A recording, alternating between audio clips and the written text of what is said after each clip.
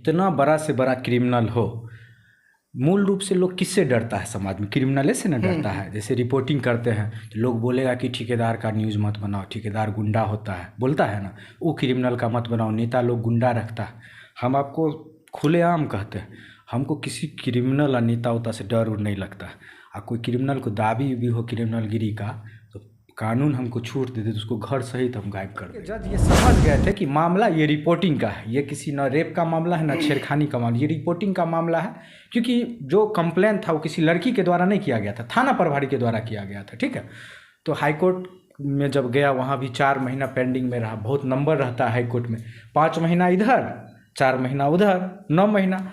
तो उसके बाद जब डेट आया तो आए बोलता था, एक बार भी हम लोग नहीं बोले, क्योंकि हम जानते थे कुछ बोलेंगे।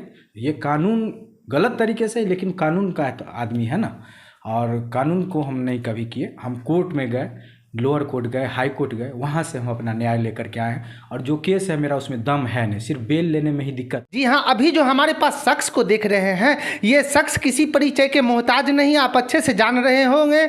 जो रोसड़ा जंक्शन पे जो न्यूज़ चैनल है इनका, जो बार बार आप देखते होंगे, और एनी टाइम ये सुर्खियों में रहते हैं अपने क्षेत्र में यही नहीं पूरा बिहार के अंदर में सुर्खियों में रहते हैं।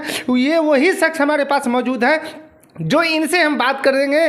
जो आदमी बहुत सारे एक से एक बोलते थे कि राजा कहाँ है, राजा कहाँ है, राजा क्यों साइलेंट हो गया, राजा कहाँ चला गया, मगर देर से आया दुरुस्त आया। जी राजा जी, स्वागत है आपका। आपका भी स्वागत है, बहुत स्वागत है। बहुत सारे आदमी आपके क्षेत्र के बोल रहे थे कि राजा जी रिपोर्टिंग छोड़ दिए, राजा जी को किसी चीज़ का दहशत हो गया, राजा जी आखिर अंडरग्राउंड के क्यों हो गए, क्या कहाँ क्या सच्चाई है? देखिए, हम एक तो पहले हम कोई रिपोर्टर पत्रकार है नहीं जी, ठीक है। हम खुद प्रताड़ित थे, और इस तरह से प्रताड़ित थे जैसे और भी लोग समाज में प्रताड़ित होते हैं। एक पुलिस वाले ने हमको इतना प्रताड़ित किया था, ठीक है, जिसके बाद हमको मजबूरन माइक उठाना पड़ा था, क्योंकि हम अपना लड़ाई भी लड़ सके और दूसरे का लड़ाई भी लड़ सके। तो ऐसे में जब से हम माइक उठाए थे तब से लेकर के, और जब इधर जो मेरे ऊपर बहुत सारा केस हुआ है, तब तक डेली 3-4 लोगों का, जो कमज़ोर तबके के लोग होते थे या पीड़ित रहते थे, आप देखिएगा चैनल में या देखते होंगे, वैसे लोगों का ही हम आवाज़ उठाते थे। तो आवाज़ कई बार जो है सो बहुत सारे लोगों को बुरा लग जाता था, क्रिमिनल को चाहे पुलिस को।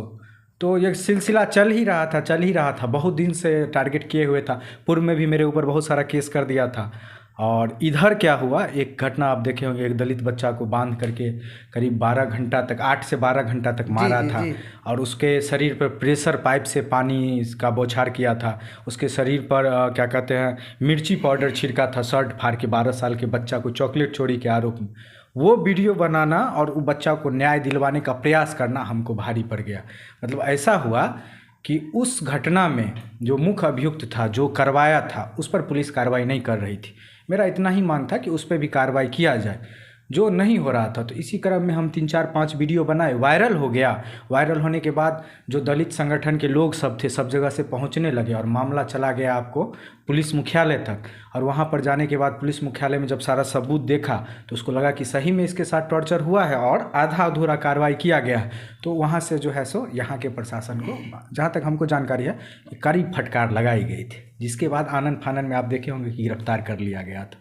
ये बात जो है सो इन लोगों को पिन कर गया था कि एक साधारण सा लड़का, जो हम तो कोई पद पे है नहीं, ना नेता है, ऐसे केस में मेरे ऊपर पॉस्को एक्ट लगा दिया गया। पॉस्को एक्ट ऐसा गंभीर एक्ट है कि उसमें अगर आप पर हो गया तो आपको जेल जाना ही जाना है, मतलब आपको बेल नहीं मिलेगा।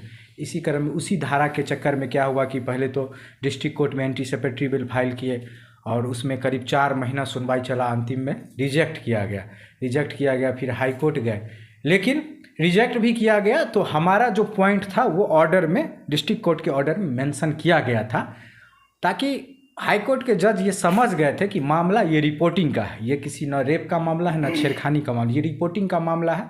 क्योंकि जो कंप्लेन था वो किसी लड़की के द्वारा नहीं किया गया था, थाना प्रभारी के द्वारा किया गया था, ठीक है। तो हाई कोर्ट में जब गया वहाँ भी 4 महीना पेंडिंग में रहा। बहुत नंबर रहता है हाई कोर्ट में, 5 महीना इधर, 4 महीना उधर, 9 महीना। तो उसके बाद जब डेट आया तो पहली सुनवाई में ही हाई कोर्ट से हमको बेल दे दिया, वो भी बिना किसी शर्त का। जबकि पॉस्को में एंटी सेपेटरी नहीं होता है। ये लोग भी आश्चर्य कर रहे थे। और इस बीच में पुलिस कितना हमको प्रताड़ित किया। 12 बजे रात में मेरे घर पे चला जाता था, पूरा 2-2, 3-3 थाना का, चोरी से छत पे चढ़ा जाता था, दिन में आ जाता था। मतलब प्रताड़ना का सारा हद पार कर दिया। हमारे प्रखंड में या जिला में बहुत सारा मोस्ट वांटेड अपराधी है, किसी के साथ उस तरह का बिहेव पुलिस नहीं किया होगा। उसके बाद कोर्ट से वारंट निकलवा लिया। फिर जो इश्तिहार चिपकाता है ढोलक उलक बजा के, तो नॉर्मली आप देखते होंगे कोई बड़ा क्रिमिनल भी रहता है तो घर पे जाता है, चिपकाता है, ढोलक ढोलक पीट के फ़ोटो खींच के चला आता है। मेरे मामले में क्या किया, हम लोग का जो मेन चौक है केलुआ घाट, वहाँ से मेरा 1 किलोमीटर घर होगा। 1 किलोमीटर पहले वो लोग जो पूरा थाना को पहले बुलाया, जैसे 15 अगस्त 26 जनवरी में सजता है पूरा ड्रेसअप करके थाना वाला सबको, सबके हाथ में माइक था, ढोलक था, पिपहू था, वहाँ 1 किलोमीटर से बजाते हुए मेरे घर तक गया। 1, 2, 3, 4 को नोटिस देखते होंगे साटा होगा, पूरे गांव में नोटिस साटा, सबसे साइन करवाया, इनाम देंगे, ये करेंगे, जैसे कि हम कितना बड़ा अंतर्राष्ट्रीय अपराधी आतंकवादी हैं उस तरह से। मतलब वो टॉर्चर करने के लिए ही कर रहा था। उसके बाद कुर्की वारंट, अब मेरा घर तोड़ने का साजिश। लेकिन समझिए कि हम इतना दुआ लिए हुए थे लोगों का कि पूरा जिला प्रशासन मेरे पीछे लगा हुआ था। और हम आपको एक चीज़ बता देते हैं, सुनिए, ये बात सुन लीजिए।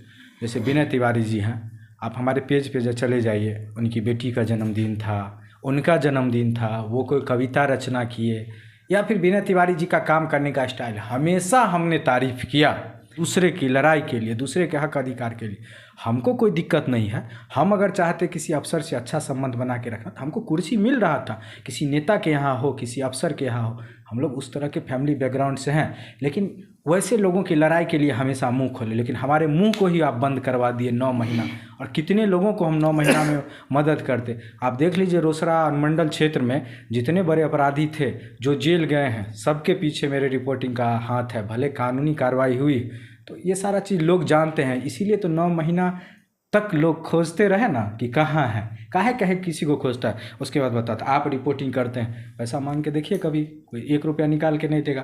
आपको पता होगा, हमको कैमरा खरीदना था, हम डोनेशन का अपील किए थे, हमको करीब करीब 2 लाख रुपया मिला था डोनेशन, जबकि हमको कैमरा माइक हो गया था 1,20,000 में। फिर हम उससे 65,000 का मोबाइल भी खरीदे, फिर स्ट्राइक आ गया, पैसा रुक गया, नहीं डेली हमको 500,000 रुपया आता था। इतना लगाव है। लगाव इसीलिए है क्योंकि हम निश्चित रूप से जो मूल परेशानी है, मान लीजिए कि कोई गरीब आदमी है और समाज में कोई दबंग उसको तंग कर रहा है, आप उस अत्याचार को अगर रुकवा दीजिएगा ना, तो लोग आपको कभी भूलेगा नहीं। ठीक है, तो मूल रूप से हम अपने रिपोर्टिंग में यही काम किए, जिस वजह से लोग याद रखे हुए हैं, और जिस वजह से मेरे पीछे पूरा पुलिस प्रशासन अपराधी लोग पड़ गया, जिस वजह से हमको 9 महीना तक छिप करके, मुंह बंद करके, चैनल बंद करके, और काफ़ी प्रताड़ित किया गया मेरे परिवार को, और जिस वजह से हम नहीं थे, यही कारण है। और क्या बताया आपको। आप राजा भाई का दर्द भरी कहानी सुने, जो किस तरीके ये प्रताड़ित हुए हैं, इस तरीके प्रताड़ित हुए हैं, जो आपने भी सुना। दोस्तों, जानते हैं ये क्यों प्रताड़ित हुए? हक की आवाज़ उठाने वाला व्यक्ति थे, बालू माफिया से टकराने वाले आदमी थे, शराब माफिया का ये विरोध करते थे। बड़े से बड़े नेता जो किसी तरीके का गलत अत्याचार करते हैं, उसकी आवाज़ उठाने वाले ये व्यक्ति थे। इसको लेकर के आप प्रताड़ित किए। एक चीज़ आपको हम बता देते हैं, कितना बड़ा से बड़ा क्रिमिनल हो, मूल रूप से लोग किससे डरता है समाज में? क्रिमिनल से ना डरता है। जैसे रिपोर्टिंग करते हैं तो लोग बोलेगा कि ठेकेदार का न्यूज़ मत बनाओ, ठेकेदार गुंडा होता है, बोलता है ना, वो क्रिमिनल का मत बनाओ, नेता लोग गुंडा रखता है। हम आपको खुलेआम कहते हैं, हमको किसी क्रिमिनल या नेता उता से डर उड़ नहीं लगता है। और कोई क्रिमिनल को दाबी भी हो क्रिमिनल गिरी का, तो कानून हमको छूट दे दे तो उसको घर सहित हम गायब कर देंगे। इतना पावर हम रखते हैं। कैसे वो हमको करने आता है। लेकिन जिस कानून का हम सम्मान करते हैं, जिस कानून के स्थापना के लिए हम लड़ाई लड़ते हैं, वही कानून जब हमको दबोचने का प्रयास करेगा, तो हम संविधान से, कानून से नहीं ना लड़ सकते। हम अपराधी से लड़ सकते हैं, कानून से नहीं लड़ सकते, क्योंकि हम कानून को मानने वाले लोग। इसीलिए देख लीजिए कि इतना प्रक्रिया चला 9 महीना। हम मेरे घर में घुसता था, सर्च करता था, आय माय बोलता था, एक बार भी हम लोग नहीं बोले, क्योंकि हम जानते थे कुछ बोलेंगे, ये कानून गलत तरीके से, लेकिन कानून का आदमी है ना, और कानून को हम नहीं कभी किए। हम कोर्ट में गए, लोअर कोर्ट गए, हाई कोर्ट गए, वहाँ से हम अपना न्याय लेकर के आए हैं। और जो केस है मेरा उसमें दम है नहीं, सिर्फ बेल लेने में ही दिक्कत है, क्योंकि धारा कितने केस आप पे हुए थे? मेरे पे करीब 6 केस। 6 केस में आपका बेल हो गया? 5 केस में हो गया। एक रीट फाइल किए हुए, वो 10 दिन के अंदर खत्म हो जाएगा, तो वो किस में दम है नहीं। मेन केस जो था सिंघिया थाना वाला जो कर दिया था ना, पॉस्को एक्ट वाला, हाँ। वो हमको बहुत तंग किया। तो आपके ये क्षेत्र के और आपके फ्रेंड, आपके फॉलोवर जो भी हैं, हाँ। जो देख रहे हैं, और बहुत सारे आपको दोस्त हैं जो देख रहे हैं, और ये भी कहना था कि राजा भाई रिपोर्टिंग छोड़ दिए। नहीं, रिपोर्टिंग नहीं छोड़े हैं। देखिए होता क्या है कि हम ये काम करते हैं तो हम मेंटली तैयार रहते हैं किसी भी चुनौती के लिए, चाहे पुलिस का हो, क्रिमिनल का हो, कोई भी। लेकिन जो घर के लोग रहते हैं वो सब तो अलग अलग काम में रहते हैं, ठीक है। तो घर के लोग जब ये सारा चीज़ होता है तो उनका मानसिक रूप से तो उतना मजबूत नहीं है ये सब परिस्थिति झेलने के लिए, तो वो तो परेशान हो जाते हैं, है कि नहीं। तो वो चाहते हैं कि हमारा बच्चा ये सब नहीं करे, छोड़ दे, ठीक है। उनको डर लगता है, बहुत तरह का बात है। तो हम छोड़े नहीं हैं, थोड़ा सा बस हम काम तो हम करेंगे ही, लेकिन अब एक चीज़ और समझिए, परिस्थिति अगर आपको परेशान करती है, ठीक है, आप उस परेशानी के हकदार नहीं हैं। अगर आपको परेशान कर रही है तो सीधे समझिए कि परिस्थिति आपको मजबूत बना रही है आगे की किसी बड़ी लड़ाई के लिए, ठीक है। हम जो चीज़ भुगते हम उसके हकदार नहीं थे, लेकिन हम ये समझते हैं कि जो होता है अच्छे के लिए होता है। हमको मानसिक रूप से इतना मजबूत हम बन गए हैं इस 9 महीना में, हमको लगता है कि जो काम हम कर रहे थे अब वो बहुत बड़ा लेवल पे जाने वाला है। उसमें जो मानसिक परेशानी हमको आती, उसके लिए भगवान हमको 9 महीना का ब्रेक दे करके, नहीं होता है, रिहर्सल करवा दिए हैं। तो निश्चित रूप से किसको क्या इस धरती पे करना है और कौन क्या करके जाएगा, ठीक है, सारा लिखा रहता है पहले से। भगवान के हाथों का हम लोग कठपुतली हैं। आप माइक लेके मेरे सामने खड़े हैं, हम हाथ ऐसे करके बोल रहे हैं, सब कुछ उनके मर्जी से ही हो रहा है। कुछ भी हम लोग नहीं कर रहे हैं, ठीक है, हम लोग नहीं कर रहे हैं। इसीलिए हमको लगता है कि जो हुआ अच्छा हुआ है, और आने वाला समय में पहले केस उस है कुछ, उसको हम ख़त्म करते हैं। क्योंकि 5-6 केस होने के बाद एक केस और अगर मान लीजिए झूठा कर दिया तो कोर्ट में क्या होता है कि आपका क्रिमिनल हिस्ट्री पुलिस डायरी में ऐसा कर देगा कि 5 केस पहले से हिस्ट्री सीटर अपराधी है, तो 6ठा केस झूठा भी है तो आपको बेल नहीं मिलेगा।